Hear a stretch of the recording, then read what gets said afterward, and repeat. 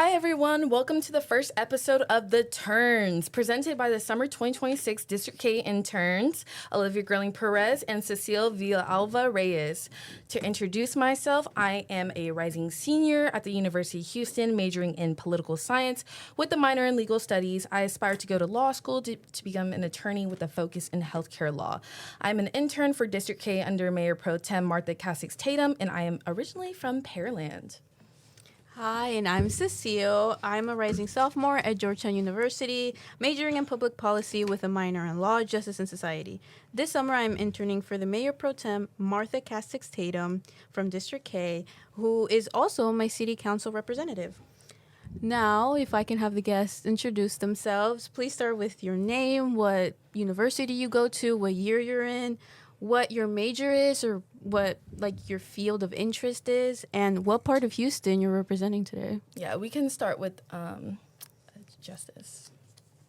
Hi, my name is Justice Prince. I'm a rising senior at Texas Tech University studying mechanical engineering, and I'm interning with Houston Public Works in the construction department, which I oversee roadway maintenance. And yeah, that's a little bit about me. Guess I'm next up. My name is Henry Cash. I'm a rising senior at Sam Houston State University, majoring in management information systems, also working in Houston Public Works, the IT department in applications. Hi, this is Nadine N. Alcid. I am a rising senior at University of Houston Downtown.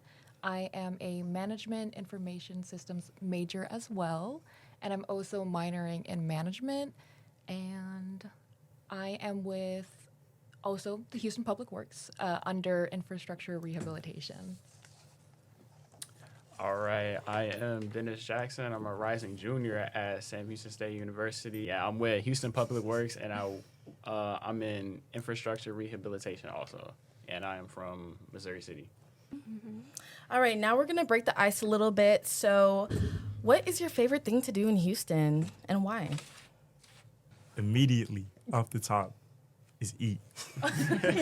Houston's food is, I think, the best in the world because we have every single culture here and it's represented in their food. So I think eat is my favorite thing to do in Houston. Yeah, do you have like a top 10 restaurant list? Like what's like your go-to recommendation for maybe someone coming out of town? Top 10 is crazy, but I'm gonna give you favorite. I'm gonna give you two off the top. I gotta gatekeep a little bit. I'm gonna start with Chop and Block. Great food, great cuisine, food and culture in the air is amazing. Then I'm gonna go Carrabba's on Kirby. Okay. Amazing. The original. Specific, the original. She knows what it is. Mm-hmm. All right, Justice. Go try that out. Favorite thing to do in Houston and why? Honestly, I agree. I highly agree. I love to eat. I love the food. My top two right now, honestly, is Lotus Seafood. If you know, you know. If you don't, you gotta know. And my second one, I love barbecue. For me, you gotta try Truth. It's Truth Barbecue. Best barbecue you'll have in Houston, hands down. All right. All right, for me, I mean, everybody loves to eat, but I'll say I like being in downtown. You know, there's a lot of events going on down there all the time. Everybody's always outside. You know, people like to scooter out there and go to Discovery Green. It feels very welcoming, and there's a lot of social events going on out there. You like just the city vibe. Yeah. Okay. Well, mine's a little different. I think my favorite thing to do in Houston is probably just explore the parks that we have. And then, the perfect day, I guess, for me in Houston is go to a cafe or a library and then go to a park, walk around, just enjoy the scenery, because we have some really good parks. Yeah. You will love Parks and Rec. Trust me, I do. And then my last question for you is, what's it like growing up in Houston, living in Houston? What's your experience like? You have to be used to being around a lot of people. Everywhere you go, it's always crowded. You have to be used to driving for a long time. You know, places are going to be at least 20 minutes most of the time, depending on where you stay. Yeah. Houston is an hour away from Houston. Yeah, honestly, growing up in Houston, I grew up in 3rd Ward, so, I'm in the middle of everything. So it's honestly been a great experience. I loved it. I met great people, made lifelong friends who I'm still friends with to this day. And even when I go back to school, I always know when I come back, I gotta see the guys. I gotta see my people. I have to, because that's what I grew up with. First, I want to ask, what's an issue you see in your community? That be your neighborhood or, maybe the people you grew up with or just Houston in general. I would say where I'm from, there's really not. When I was growing up, there was a lot of community engagement, but as I've grown up, there isn't any events, or it's not as prominent as it used to be, and I feel like that's something that needs to be changed. Like community events, like what? Like geared towards kids or? Really just geared towards getting people outside. Like, there used to be more community involvement from the, from the immediate neighborhood, and it just used to be more active. It just isn't anymore. I guess to build off of what he was saying, back in the day when I was a kid or I was younger, I would go outside and play around with neighbors and stuff. And now I just feel like not many kids go outside anymore. When I'm outside my house, I'm looking, it's empty outside. Everybody's inside, iPads, electronics, playing the game and all that. Don't get me wrong, it's fun, but we still gotta go outside a little bit, get some nature, get some sunlight. Grass. I think video games, while they are a great side, not side quest, but just something to do for fun. Like a hobby? Yeah, like a fun hobby. We gotta start going back outside. It's not okay. I hate that with my little cousins. I'll say, you wanna go ride bikes something, and they're like, no, I wanna play Spider-Man. What happened to Nickelodeon Day of Play? Yeah. Like, come on, let's get outside. Black the whole TV channel. Like, what Just to happens go like the outside. NFL Play 60? Come on, that's ball knowledge. What are you talking That's about? ball knowledge. All right. I think for me, it would be probably something we've already kind of touched on is transportation. Houston isn't the most walkable city, as we know, and also our roads. There are a lot of potholes where I live. And they're also fixing that. I see that. They're putting in sidewalks, they're fixing up these roads. So, it's just a work in progress, I think. What is something you think you could do, or what's some ideas you think you want to see to address these issues that you mentioned, like getting kids outside? What is something that you think would get more kids to put the iPad down and go outside and play with other kids? I feel like it starts with the parenting, and as a community, I would say hosting events geared towards getting kids outside. At your local park, them hosting events, free food, free fellowship, having a good time.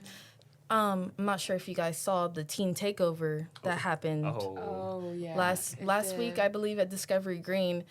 Do you feel like teens have a space to go to, like a third-party space besides school, work, home? Do you feel like there is a space for them to go? Honestly, I feel like no, because the reason they went to Discovery Green is because they feel like that's the only place that they can all congregate in a public area and feel free to just do what they want and have fun. And I mean, I know that a lot of people say, oh, well, it may not be safe, but if they're having fun, just let them be kids, let them be teens, and just leave them alone, really. Yeah. As long as everybody stays safe. Of course. Yeah. Of course. As long as everyone stays safe. I agree with you with the lack of the third spaces. Like, I know, or maybe this was just in the movies, but teenagers used to go to the mall, and the malls are dying. There's, there aren't, like, I don't know, I don't really see, like, friend groups at malls anymore. Or, places sometimes, like, no loitering or no, they don't want you there if you just, like, buy one drink and just stay there for hours because you're taking away a table. But... yeah, I agree. There's just like a lack of third spaces for teenagers. We're going to go more into civic engagement now. Why do you vote, and why do you believe it's important to vote? Okay. I guess for me, because when I was younger, like in high school, before 18, I was like, okay, whatever, guys, sure, we can vote. If you don't vote, whatever, just do your thing. And then I took a history class in college, and it changed my perspective, and I learned kind of what people, what humans, what women have to do to just have the same rights, and it really changed my perspective, and that's why I vote. And also because there is change when you do vote, you know? For me, I would say when I was younger, my parents would always emphasize to me that I need to make sure I'm voting when I'm older and do all these other things. I really didn't understand it until I actually got older. But people in the world complain about all these things that they don't agree with or they think is wrong. And sometimes they don't actually vote. But if you vote and do your research and study on the different things, you can help make a change to these problems that you don't agree with, you know? Yeah. Yeah, I would say I'm very similar to that, as well as growing up, knowing my history and knowing what my people had to fight for just to get the right to vote. That's not something I could take lightly, and knowing what I need to do and casting my vote that they fought for. Yeah, I'm gonna agree with that. Not only was it a fight for us to be able to have the right to vote, but just understanding that I feel like I don't have a say so in the issues if I didn't even contribute to trying to stop it.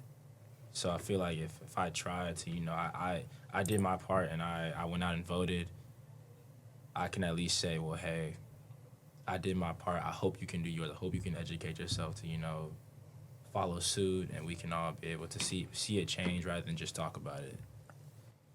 Well, our age group is one of the lowest groups when it comes to voting, unfortunately. Why do you feel that is?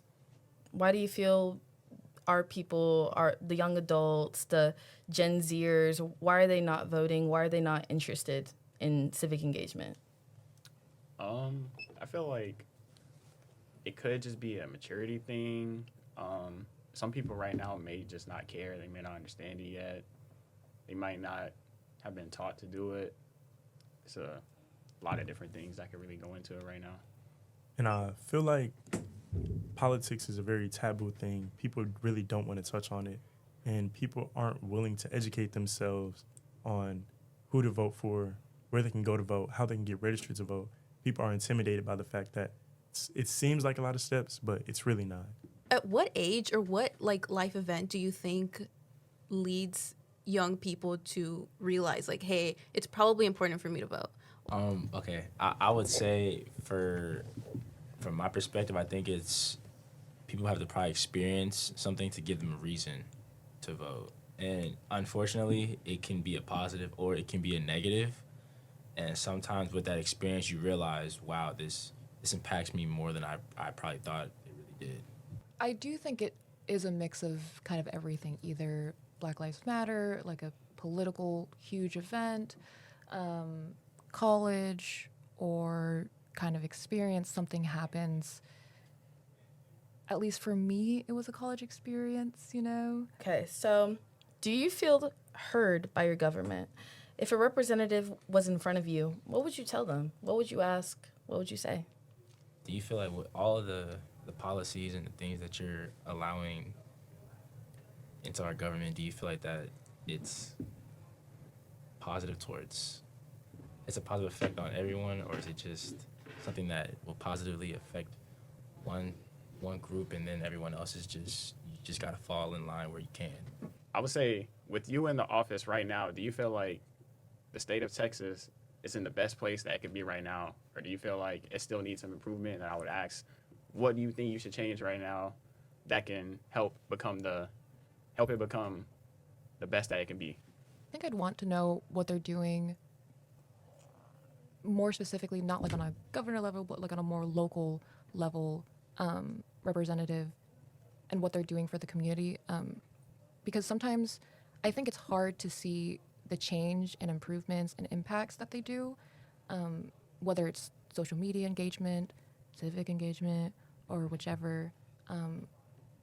But I would like to see them do more local events. I want to see them in the coffee shop. I want to say hi. I want to be friendly. I don't want to be scared to ask them a question. Follow-up question. Have you tried to talk to your representative? Have you tried to call? Have you written them a letter? Have you emailed them? I will honestly say, no, I haven't. And that's a flaw on my part, in all honesty, and I own that. But yeah, that's all I got. That's on me. I haven't. I feel like more probably could happen if I did and others did. But everyone's probably thinking like me. Well, maybe if I do send this letter, if I do call, will they even answer? Will they even read the letter? Mm-hmm. So I guess that's probably my mindset with it. But I do think if me as well as my peers, if we all decide to, maybe put in a little more effort in reaching out, calls that probably would go unanswered will start being answered. Letters will start being read, and you'll start seeing change more. I'm a part of the NAACP at Sam Houston State University, and we had a event where we wrote to our representatives in Huntsville, and we reached out. We did not hear anything back, but it was a great moment for us to feel like our voices were going to be heard. I will say, because we do work for the mayor pro temp, that, well, I can't speak for all the districts exactly, but if you call, leave an email or a letter, someone will for sure at some point read it.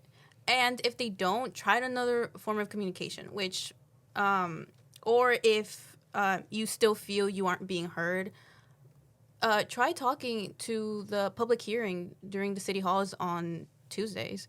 Yeah, I will say in high school, they made us write a letter to our representative, and he actually did end up writing all of us back. Wow. So I will say it is worth a shot, It's kind of like voting. You can't really expect something to change if you didn't vote, right? Do you think people feel disconnected from their government? And if so, why do you think that is? If they're not being affected yet by the things done by the government, they might just not care, and they feel disconnected. And I will add that the internet also doesn't fully help. Our generation grew up on it, and so it's a thing we hear a lot, that we see everything, and it is very easy to feel hopeless. And I think it's fair to say that, from the government's past histories and all that, there's a lot of distrust, and then the stuff you learn in school, and then the stuff you see in the news, and it's very obvious that negativity spreads much faster than positivity. Do you think social media plays a positive impact or negative impact with the youth and being informed in politics? I feel like it's a mixture of both. Someone could be educating themselves, looking at the appropriate outlets, making sure their information is easily accessible or correct. But it's so easy to find misinformation online and to base how you feel on information that's just not valid. So I feel like it's a mixed bag when it comes to social media. People feel like negativity gets more engagement than positivity. Because at the end of the day, a lot of people, they do it for clicks. Engagement. They want the comment, the like, and that's, you shouldn't base how you feel and what your point of view is based on something that's really just meant for you to engage with it, whether that's positive or negative, because at the end of the day, what you're looking at and what you're engaging with can be far from the truth, but it got you to react, so that it did its job in a way. Whereas, and now you're to the point where you can't even tell if it's positive or negative, if it's right or wrong. It's just a mindset of, this is the first thing I saw, I don't care if it's the truth, I'm gonna react how I want and base my whole opinion and point of view based just off that. And I feel like now in the age of like AI, misinformation is so easily spread. Yeah. And people are very gullible to what they see on the internet. I want to add to this, maybe a little bit in favor of social media. I think it's very informative of what's going on around the world because people can just get their phone out and record and post, which, I mean, if it's a disaster, it's pretty graphic, but at least that information and they're what is happening there, they can talk to the whole world about it. You don't have to rely on a news network which can, censor, which I mean social media platforms also do censor, but I think it just grabs more attention and it's just more accessible for people who are disadvantaged or like, have historically just not been their issues haven't been talked about or have been spinned a certain way by media. I think it is beneficial to them, but again, there is a lot of misinformation and disinformation, and with AI, also videos can be faked. But I think there's still somewhat of a net positive for social media. And I just want to say that I agree with the part where you're saying that it's a lot of negative things. Anytime you open social media, you see almost everything being negative. It's always breaking news or some video or something bad happening, trying to expose something or something like that. And then people always have something to say. They feel like that they can share their thoughts on social media easier than, I guess, in person or to people. And everybody says their opinions, and people base their opinions or base what they think off of what other people think also. So it just kind of leads everybody down to just negative and bad things. Like echo chambers? And that's where I feel like it can really be dangerous, social media, because it's so easy to fall in a pipeline of hearing the same things over and over and that being reinstated in your mind. And that's pretty dangerous. So social media has its pros and its cons. Honestly, for me, I feel like this whole culture of believing what social media really has to do kind of started over COVID. Once TikTok became popular, everyone started, posting political things, political point of views, and once that, kind of started, it's just you saw a change in how media as a whole was being broadcasted. You were only getting like bits and pieces, or you would get little thumbnails. You weren't getting complete stories. A good example, or one that kind of just popped in my head, was, I believe it was in Nepal, but there was a like European, English, maybe even American, I can't remember, but it was a tourist who went there and he was vlogging, and he ended up becoming a bit of a journalist instead, because he had documented the citizens literally overthrowing the government because they just weren't doing their job, and they were like, we're done with this. So that was really, really cool. Yeah, it was Nepal. That's such an interesting example because it was entirely youth led, which is insane. And they elected their new president on Discord, which is like, I think that's amazing. Discord? I don't know. Yes, Discord. Okay, so we only have time for one last question. Since you are all part of the Public Works Department, I just want to ask, what have you learned so far from working in your department? And if you're working on a project or just, what are your goals in this internship too?